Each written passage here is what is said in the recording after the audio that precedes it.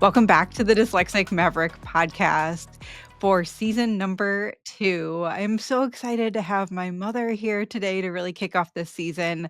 This season, I just really want to be about everybody who surrounds our differently wired brains, from parents and coworkers to leaders, but also maybe siblings and spouses, and just really that 360 perspective of living with differently wired brains, either in your house or at work. And so I couldn't think of a better guest, honestly, to start this off than my mother. So every time I do an actual speaking engagement, I always start off with a story about growing up and having to sit at the dining room table for hours each night doing my spelling words. And on the other side of that table was Martha Hummel, my mother, the poor lady who probably cried in the other room half the night. So, welcome, Mom, to the podcast. Thank you for having me. So, I would love to hear, kind of just starting off, like, when was the first time you noticed maybe that I had a differently wired brain than most children? Well, I think it was, when you were in preschool, and they used to do testing in preschool. You were about 3 and a half, and, we had conferences, which I kind of shook my head at. It's like, "Really? A conference for a 3-and-a-half-year-old?" But anyway, I would meet with them, and they would say, Nancy is just kind of, struggles with reading and working memory and things like that." And I'm like, "She's only 3 and a half. How would you know that?" And so anyway, um, I kind of said, "Okay, all right, that's fine. She's only 3 and a half. We'll work through this."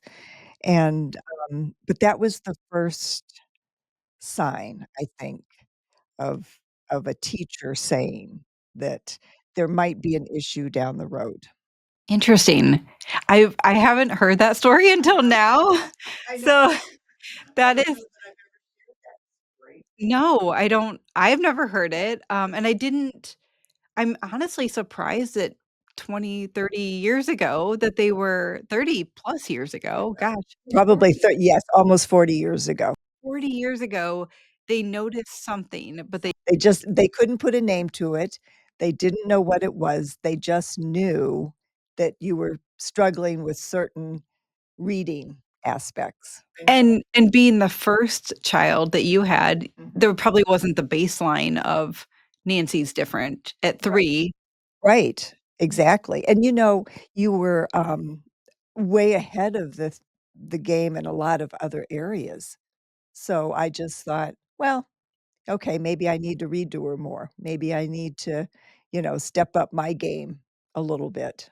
That's something I hear so often is if the child isn't doing well or struggling, the parents are like, "Well, what am I doing wrong?" Exactly, Right? Or, "What yes. is my child doing wrong too?" It can go both ways. Or what can I do to help my child learn easier? How can I help? That is oh, it's so interesting that they caught it that young, I say caught it, they obviously didn't diagnose it because they didn't know. It was just kind of a heads up. And from my perspective, the first thing I really remember about being different wasn't till 2nd grade. So Right.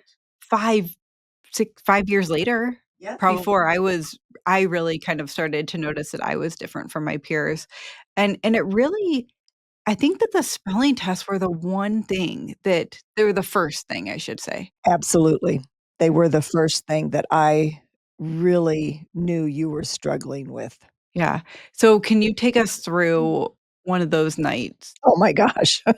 What it was a Monday through Thursday night every week, and you had 10 spelling words, and bless your heart, I had you write each word 10 times, and I would have you spell it, and we would go through this every night of the week. And come Friday, I would say, "How did you do on your spelling test?" "Well, I got 6 right." And I'm like, "Oh my word." I just could not understand what I was doing wrong. How else can I teach you to spell a word, and that's the only way I knew how. Yeah. Yeah, at the time. It's so interesting you said, "What was I doing wrong?" And I was thinking the same thing. What am I doing wrong? I'm sure you were. Yeah, like, Yes. how is this even possible? Well, and all your peers were doing fine. Yeah, I mean, it was second grade words, right? Right. E even some kids that probably were dyslexic could probably memorize the letters. For some reason, I still struggle with flipping letters in the wrong order, Yes. like I's and E's, believe. Oh, you to this day, I bet you can't I spell. don't, yeah, I don't even honestly, I don't try, I just know it autocorrects it for me. But yeah, so even children who have good memorization skills were probably getting by in 2nd Yes, grade, exactly. where it was really coming through at that point even for me. Did the teacher say anything? In 2nd grade, you had a teacher that, she was not my favorite teacher, but you seemed to like her, and that was fine. I never said anything to you. She just, was not a warm and fuzzy type of teacher, and, she made the comment that you were having problems with reading and comprehension, and you were a slow reader. And again, I said, "Yes, well, okay." Um, I thought, "Well, okay, then we'll read more at home. We'll, try and help you in that aspect." But I think it was possibly the way they were teaching you to read that, and I think that's something parents today really need to be aware of is there is a method to teaching reading to a dyslexic child. If I had only known then what I know now, I don't know if it would have been easier, but at least I would have understood. Yeah, I think well, one the funny part is, like, we should just get Nancy to read more. Like, there was no getting me to No, read more. no, there wasn't ever. Like, I love learning, and I do not enjoy reading. Right, right, and back then, there was no such thing as audiobooks. That would have been the greatest invention back then for you because that's how you learn. I am a learning junkie, I think now, like, I am always learning, but if it was for printed books, it wouldn't be that. Exactly, exactly. That's so interesting. So then from 2nd grade, obviously struggling, but going, through school, I was never held back. No, Um, no, was there any talk of me being held no. back? There never was. No, you did go up for extra reading, probably in 2nd and 3rd grade, as I recall. But no, there was never any suggestion from then on out of anything after that. And then from there, I mean, I think what I remember is more in junior high, I remember looking around the classroom thinking, "Oh my gosh, like, I don't think I'm going to pass 7th grade English." There was an actual fear, I think, at that point of, I don't know how to write a sentence, I don't know how to spell well enough, and again, there weren't the technology assistive Right. things that could have helped, and I was like, "I might not pass this class." That's the first time I really thought, like, this might be bad. Yes. Was probably I think it was either 7th or 8th grade English that it was like, "This is not going to be good." And then in high school, I feel like I had to work twice as hard, but I don't know, it was different. It looked different, I feel like, than in elementary school.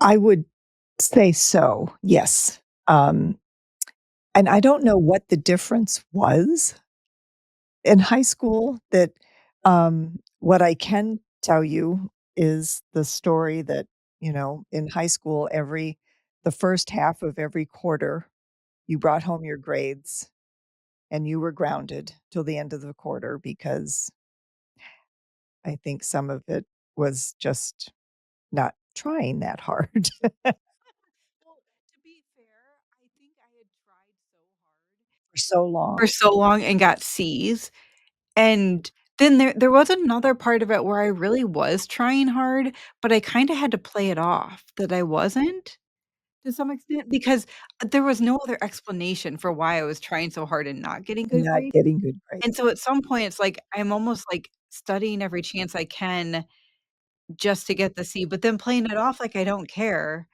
and I'm not trying that hard, but I was. And then there was probably a point too, and it probably ebbed and flowed back and forth from those, but also of, like, just throwing it into the wind and saying, like, I'm gonna get a C minus either way. Exactly. Whether or not I study hard or whether or not I just cruise along, I'm gonna get a C, it doesn't matter, and that's really frustrating, and that's tough as a teenager. Yeah, I mean, because usually high school is set up in a way that if you at least if you do your homework, you're gonna get a C minus, and so I did do that, but and I would try on the test, but I wouldn't get good grades, but at least it got me the C minus, but studying for the test didn't really make a difference if I studied or not. Yeah, and I think in high school you were bored somewhat. There wasn't that adrenaline of something exciting, and I think that's when you were 12 is when you started go-kart racing, and that is when I saw the excitement and just how thrilling it was for you, and I think that was probably one of the best things we ever did for you because, um, number 1, it brought us together as a family, and number 2, it gave you that thrill, that excitement, and it also kept you out of trouble because weekends were spent racing, and you were racing against, grown men, 40, 50 years old, and you were, going 110 miles an hour, 2 inches off the ground, and you loved it. You loved every minute of it, and you were very competitive. Yeah. Yeah, and I think that helped your self-esteem because you had tried so hard in school and got average grades, but you weren't like your peers and got, all A's and B's. But that you were racing and you were winning trophies, and so I think, that was very good for your self-worth. And at the time, we didn't know about the dyslexia, but we didn't know about the ADHD either, right? And that's part of it. Yeah, the Absolutely. thrill. And still to this day, thrill seeking is something that just innately I gravitate towards, Absolutely. even when it is completely unnecessary. I mean, it's just part of how I create excitement when there's not excitement. When there's not excitement. Yeah. Yes, you do. And so, yeah, looking back, go-kart racing was literally the perfect thing that kept me out of trouble on the weekends because I wasn't at the parties and I wasn't able to do the other things. And thrill seeking can go that way for a lot of kids with ADHD, right? Like, Right. it can go down the drinking and the drugs route because they're looking for that quick dopamine hit or whatever. So it kept me out of trouble there, but then it also fed into the dopamine in a positive way, and it really, like you said, it allowed me to excel and succeed and do something that most kids, I mean, weren't able to do. I think you were kind of cool in high school because, "Oh, that's the girl that races." Yeah. You were going racing down in Daytona, and that was really cool. And there was definitely a stigma, and I'm sure that there still is, of women in racing versus the guys in racing. I remember one morning we came to the track and there was, 2, like, nails in my back tires. Luckily, we caught it before I went out on the track, but it was a very intentional. I mean, there was no way that those happened overnight by accident. And so there's a part of it of, like, I'll prove you wrong, and I'll be the girl out there winning, and quite honestly, some of the guys didn't like it. Like, they weren't okay with a girl beating them. Well, a 12 and 13-year-old girl beating a 50-year-old guy that'd been racing for a few years didn't sit well. Uh, and also looking back, of course, I had nothing to lose. Literally, I don't have the fear of failure gene, nor do like the fear of dying. Like, it is just not. It's just not in your DNA. No, I mean, every corner was I could brake later, I could brake harder, I could get on the gas faster than anybody else out there, and which is exactly what you need to win races. Right. And also, the 50-year-old man had to go back to work on Monday morning. Like, let's be honest. That's right. They couldn't go break their back or break their leg Right. and not pay some consequences. I mean, I got a few days off school if I got hurt. It wasn't even that bad of a consequence. That might have been worth it. Yeah, yeah. Oh, but then looking from a mother's perspective of watching Oh my gosh, it was horrible. It was horrible. I mean, your daughter now is almost 16, and you have to remember you were 12 when you started racing, and I was standing on top of the hill watching at Mid-Ohio and thinking, "I am going to get sick to my stomach," and it wasn't the a 10-minute race. It was a 45-minute race. That was the longest 45 minutes of my life every weekend. Oh my goodness. And I can remember dad would give you instructions before you took off, like, "Be careful on turn 4," and, you know, whatever they were, and just, "Be safe and don't take the corners so fast," and whatever. And you just took off. You didn't listen to a thing he said. I don't think you were just so excited about the thrill of going fast. Yeah, you're exactly I remember I think this was one of my first times out on the track, and it was a practice day, and he said, "Take a lap or 2 and get your tires warm. Get them sticky before you give it a go." And literally, I was on the straightaway, and I spun out. I wasn't in the first curve. I just hit the gas full throttle. It spun me around, and I was like, "I think he said something about that." I can't remember what it was. And then I bumped through the grass and got back on. Yes, you did. You spun out and went in the grass and then just kept going. My engine was still running, I'm like, "We're good to go." I mean, I will say that that is kind of a depiction of how I run my life and how I choose to lead my life. Yes. I don't even know if choosing is the right word, it's just the way I'm wired. Yeah, I don't know if it's a choice. It's just how my brain is wired. Mhm. And part of it's the dyslexia and the ADHD, and then part of it's just genetic, because dad and I are a lot Yeah, the same. yes, you are, because your dad is a big risk taker also. It's thrilling to him. I mean, when we started our own business, and it was scary. It was really scary because we were all in, and I remember your dad saying, "Well, the worst that can happen is we lose our house, but we still have our family, and we'll figure it out." And I am pretty conservative, and I am not a risk taker, and so that does scare me, but, we did it. We did it Multiple times. multiple times. Yes, we sold businesses and started new businesses. He is very much or you are very much like him. Yeah, he is more, law of the jungle type of he runs hard. We both run hard. He tends to run I think partly because of his past and being dyslexic and having struggle in school that he will never fail, Exactly. and it is, "I will never fail." Whatever it takes. Yeah. I will not fail. He will gut it out. Yes. The grit and tenacity is Mhm. through the roof, where probably maybe because as much as I struggled, I didn't have nearly the challenges that he grew up with, Right. that it's a very different, like, I just don't think that there is an option to fail, but not in, like, a scary way, just in, like, "No, I'll figure it out." Well, yeah, anyone can challenge you to do something and or say that you can't do something, and Katie bar the door, watch out, because Nancy Hummel will. You would prove them wrong. Gosh, I remember, being young and being that way to the point of, like, it overwhelms my body and my brain of, like, there's just it's almost like something else comes over me, and it just there is no other thought process that goes through my brain other than I will win, and I will prove this person wrong. And also, I just take on challenges that are bigger than life Well, sometimes. that's the thrilling part of it. Yeah. Yeah. Like, I don't even know if I can do this, but I also Know that I won't fail. yeah, I'll figure it out. Yes. Yeah, I don't know where the path goes. Yep. Just bring it on. And it's led to some scary situations, it's led to some very fun situations too, I think, overall. I mean, I it's never not worked out. You're right. It I know. Yeah, and there were times when I wondered, I mean, may I explain the time that you were living in California and you were working for Steve somebody, I don't remember, right?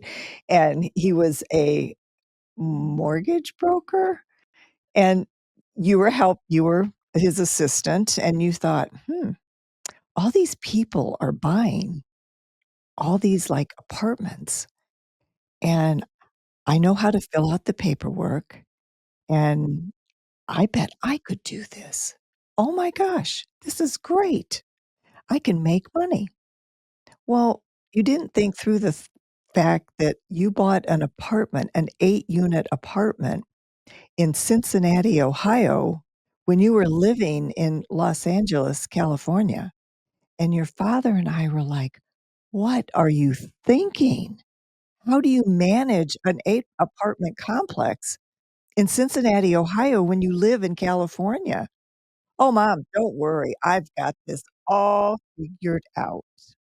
You you did briefly have it figured out, and it all worked out in the end, but boy, like I said, you're a risk taker, and I'm telling you, you did, you made it work. Unbelievable. That was the one time that I thought, "This might sink me." Yes. Not sink me for good, not for, like, my No, it would career. sink you for good, but it would have brought you a huge Yeah. success. I like to say I got my MBA from USC, even though I didn't get the piece of paper, because Yeah, exactly. it was a master's in business life lesson, Yes.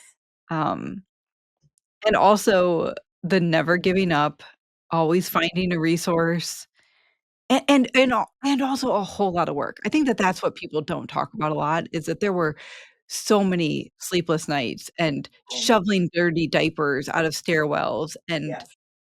I mean, the amount of sweat equity, but then and the tears and the struggles that came along with that, we don't we don't talk about, but it was I mean, It was stressful. It was very stressful at that time.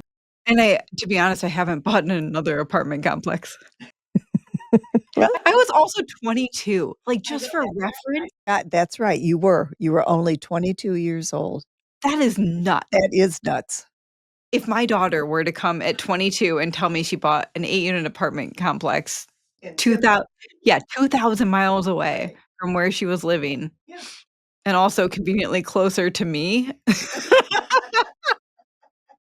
in a bad area of town. Oh, Oh gosh, it was I mean, yeah, it was what not to do in real estate.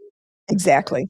Exactly. And there were lots of there's been multiple of those situations. I will say though, I mean, throughout my career, I've been so lucky to also have really good leaders that have kind of helped me along the way. So, w we've talked a lot about my struggles, but interestingly enough, Lisby, Mhm. or Elizabeth as people Yes, know her now, right.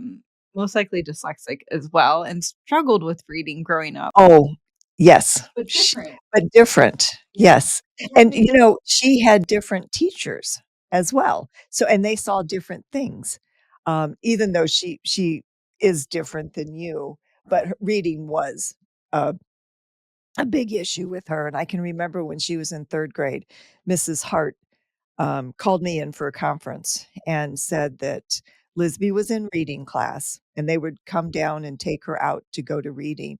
And she was so embarrassed and so humiliated.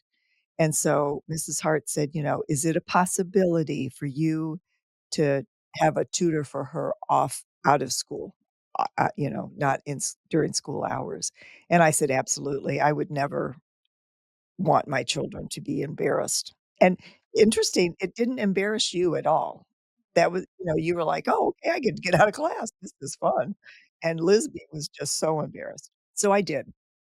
I got her in a reading class, and, I think, I was talking about, how racing go-karts helped you, and I think what helped Lisby and it was just kind of a fluke that I figured this out, but at 8 years old, I put her in sewing classes, and she loved sewing, and she took sewing classes all through her senior year in high school. At that point, she was practically teaching sewing, but, um, Friday nights, we would always go to Joann Fabrics and buy fabric and a pattern, and she would spend all weekend making her new outfit for the following week. And then it got to where when she was about 12, she made a bridesmaid's dress for a gal who and a 12-year-old making a bridesmaid's dress, that was really scary for me. She was fine with it. "Oh, mom, don't worry. It'll be just fine." And it was. And then she, actually but that was her thrill. It was her thrill to make something and create something, and it gave her self-confidence, and she would make money by my sister-in-law was an interior designer, and she made pillows for her customers, and so it all it just I was lucky enough to find your niche and Lisby's niche in life, and that was her thing, and she did race go-karts for a while. I don't think that was quite her thing. Sewing was definitely her thing, and being creative. She is very artistic, and she's turned into a fantastic photographer today. And you both are entrepreneurs. You both have your own business, and so, um, I think it's just awesome. Yeah. Yeah. It's funny because, I mean, so 40% of self-made millionaires and entrepreneurs are dyslexic, and probably even more. We just don't know. But it's interesting to see, even at such a young age, the entrepreneurial spirit with I started out having a paper route, and then I had my own lawn mowing business for years through high school, and it wasn't just, like, a lawn or 2, like, I Oh, well, you had the whole block. Yeah. Yeah, you would had a riding mower, and you would just literally mow every lawn within a block. It was amazing. It was great, Yeah, it was. and then with Lisby, it was just different things, but very entrepreneurial in her own right. In her yeah. Yeah, and then we both tried the corporate world and thought, like, "Okay, this definitely isn't for us," and went out on our own, I would Yes. say. Yeah. Um, But that's kinda how you were raised as well. I mean, we had our own businesses, and your father's very is an entrepreneur, and we always said to you girls, "Don't grow up thinking you're gonna work for our business because you need to go do your own thing." And we always said that, and I think that that helped you. yeah, no, it was great because it gave us the expectation of you should go do what you want to do with your life, not follow in our footsteps. This is Exactly. our dream. Right, not yours. It's not your dream, it's our dream, and you need to go find your dream. Yeah. Yeah, Yes. and I think it was just very helpful to not have that. It would have almost been an expectation too for us, I think, in some ways of, like, we needed to follow the family business. Right. Yeah, and, a lot of people do, and that's fine, Yeah. but in our situation, we made it very clear from a very young age that you will not follow Yeah. our footsteps. You need to make your own.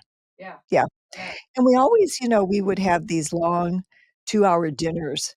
Honestly, and we would talk business, Mhm. um, and what you do and what you don't do and how you make money and the different ways you could make money and just lots of ideas. I think that that's the one thing that's missing in a lot of families today. Well, there's a lot of things that are different, but missing more than anything is just those long conversations at the dinner table, and families are so busy these days running kids from soccer practice to baseball to whatever it is, piano, school events, and we're missing out on that family time of just talking, and I think obviously conversations are different these days. I mean, there's all the different communication styles, but just that interaction with adults and how adults think, you never spoke to us like, "Here's a children's version of business." It was just, "This is business," and This is what how you do it, and yeah, there was exactly. no lesser version communicated to us. This is a P&L. You have expenses and you have profit, and you better have more profit than expenses, and all the different pieces that went into that, but it was just the way that we all spoke, and I think for the most part, at least for myself, I love the business side. I've always loved Yes. the business side of how can we make more money, or how can we change this, or how can we invent this, or, um and I always remember dad saying, like, "Always make sure if you write it down on a napkin and sign it and date it," right? Because if it becomes a patent someday, you wanna make sure that you had your And keep that napkin forever, yeah. I wish I had a napkin for every idea Oh my gosh, yes. I had, but yeah, definitely not. But, that's the one thing when, dad and I had our own business, and, having your own business, requires a lot of hours of work, and that is the one thing I said, is that you can work as many hours as you want, but you always come home for dinner. And we always sat down and had a dinner, and sometimes they were quick dinners, sometimes they were 2 and 3-hour dinners, but, that was a requirement in my book, or Interesting. yeah, yeah. Yeah. Yeah, I know, in dad's podcast, we really talked a lot about, like, the partnership between spouses when you have your own business, Mhm, and because there is a lot of time and a lot of energy that goes into building a company and balancing that, and how you really helped out on you managed the family and that side, and also had expectations that he would be home for dinner. right, yes, it was, and he could go back after dinner. He could go back to work and finish his work, but he was always home for dinner. And I didn't really know I didn't really know that. Really? I mean, it makes sense because he was always home for dinner. Yeah. We also talked about in the podcast how you are the silent, strong one in the family. People probably imagine dad as the leader of the family, but you are very much the leader, the quiet leader of our family, I have few words, but lots of looks. lots of looks. You don't need to say words with your looks. That's quite true. We talked a lot about, like, me growing up and how it looked with me not knowing, with you not knowing, with dad not knowing, right? We put all these puzzle pieces together. The short story is that my daughter got diagnosed. Thankfully, a teacher brought it to my attention, and then all the puzzle pieces kind of fit into place. What was what was that like watching from your perspective of it kind of unfolding for Well, yes, when it unfolded for Brooke, I was like, "Oh my gosh, now it all makes sense."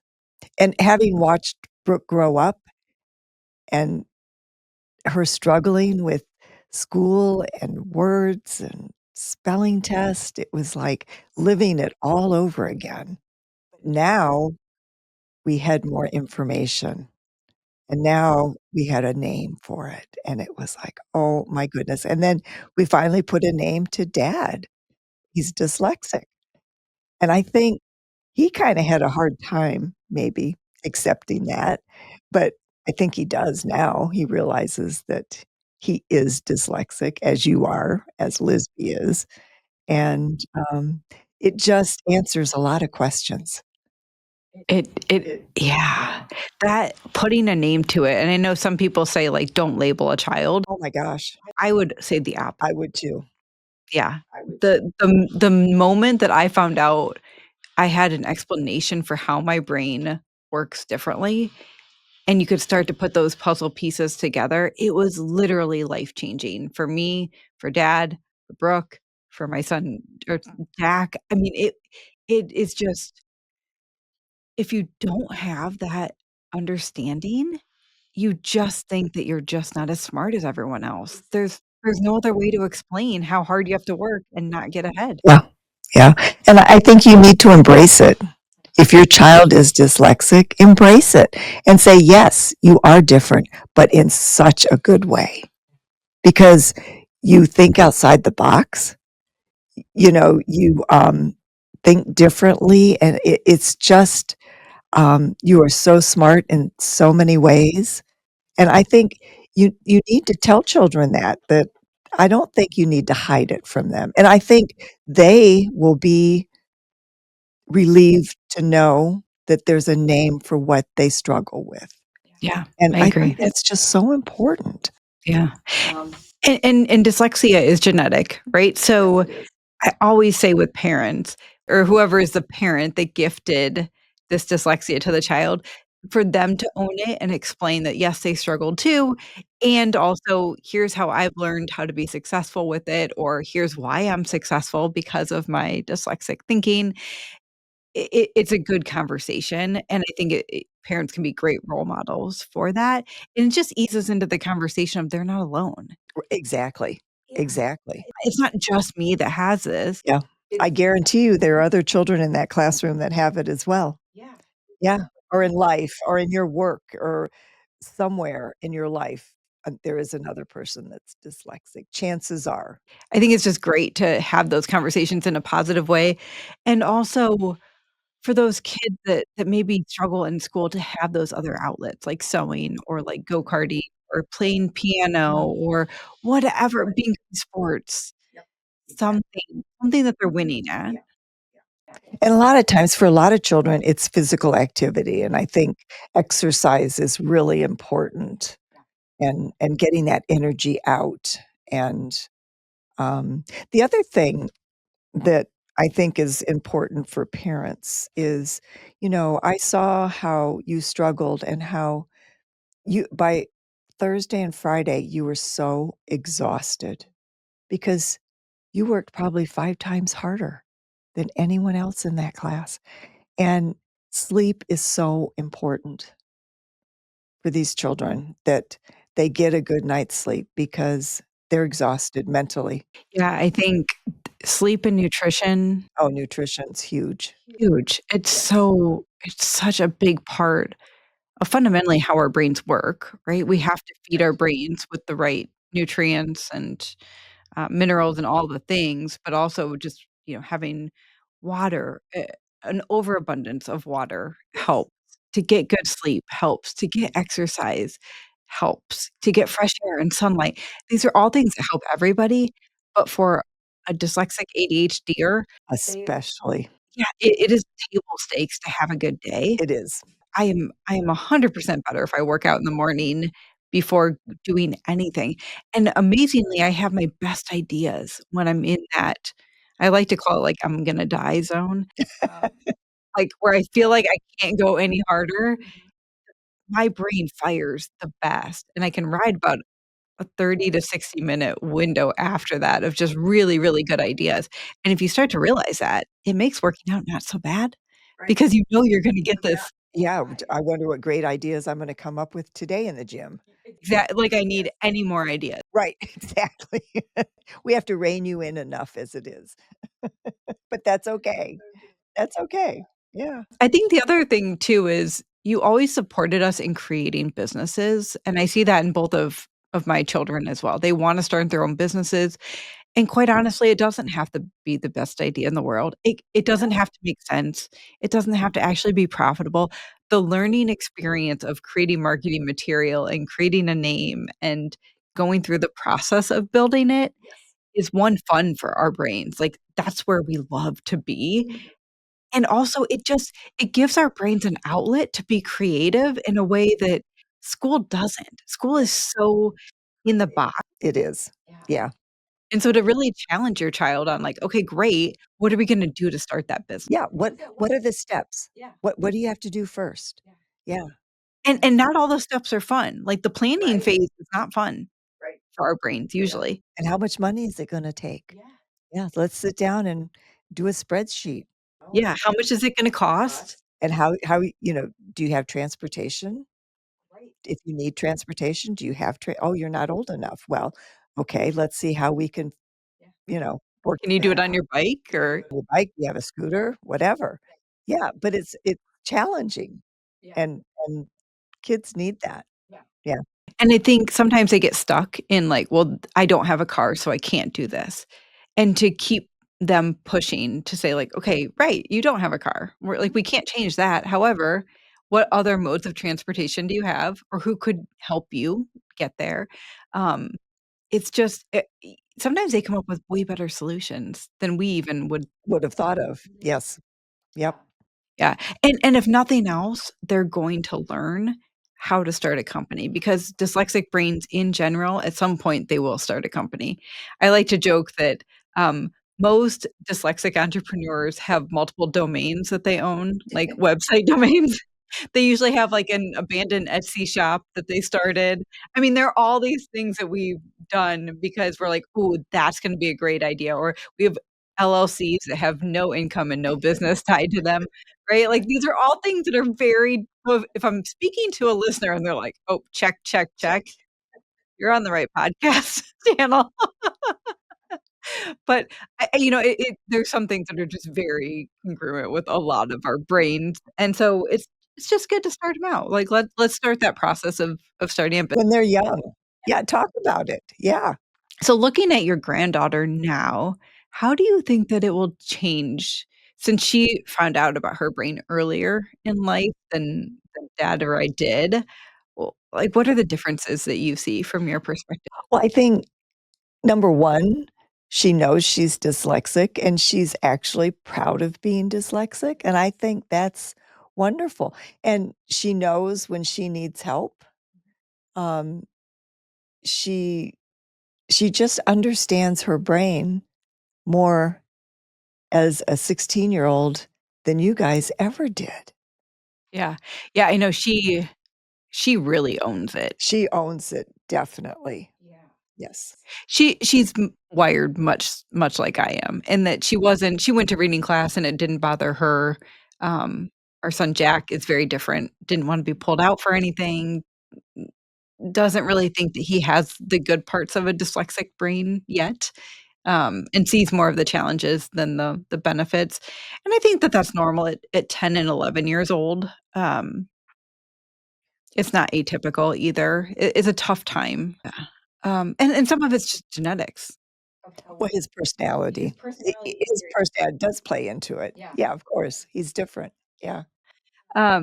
So as we kind of wrap up this episode, and I so appreciate you telling stories and kinda giving your perspective because I do talk about your perspective a lot, but it's good to hear it from you. Um, what advice would you give a parent who suspects, "Gosh, my child's trying really hard, and it just doesn't feel like this is, like, the normal try harder kind of Right, situation." right. Always give appropriate praise when you see that they've done something well, and I think, and try I know it tries your patience, but just, um, try to understand how hard they're working if you see them, and, to if you see them struggling, say, with a math problem, and I know math written problems were always hard. I think they are for most children, but, to see sit down and try and simplify or clarify the problem for them and just talk to them about it and, um, help them along, and I think, another great thing or today are the audiobooks. Yeah, and, if your child is in school and they allow that, or, try and have the teacher talk to the teacher and say, "Could we try audiobooks?" Are wonderful, and again, nutrition, good sleep habits, those are all things I think that are so important, and just most importantly, that they're really gifted children, that they are, and they they may be a little different, but that's okay. Um, they have a gift, and and I think you need to find that one outlet that they just love, that really gives them self-confidence and they do well in, and just really go for that. Yeah. Yeah. No, I absolutely agree. I think so many times we And it's easy. The children focus on the struggles and we focus on the struggles because we still have to get through school. Right.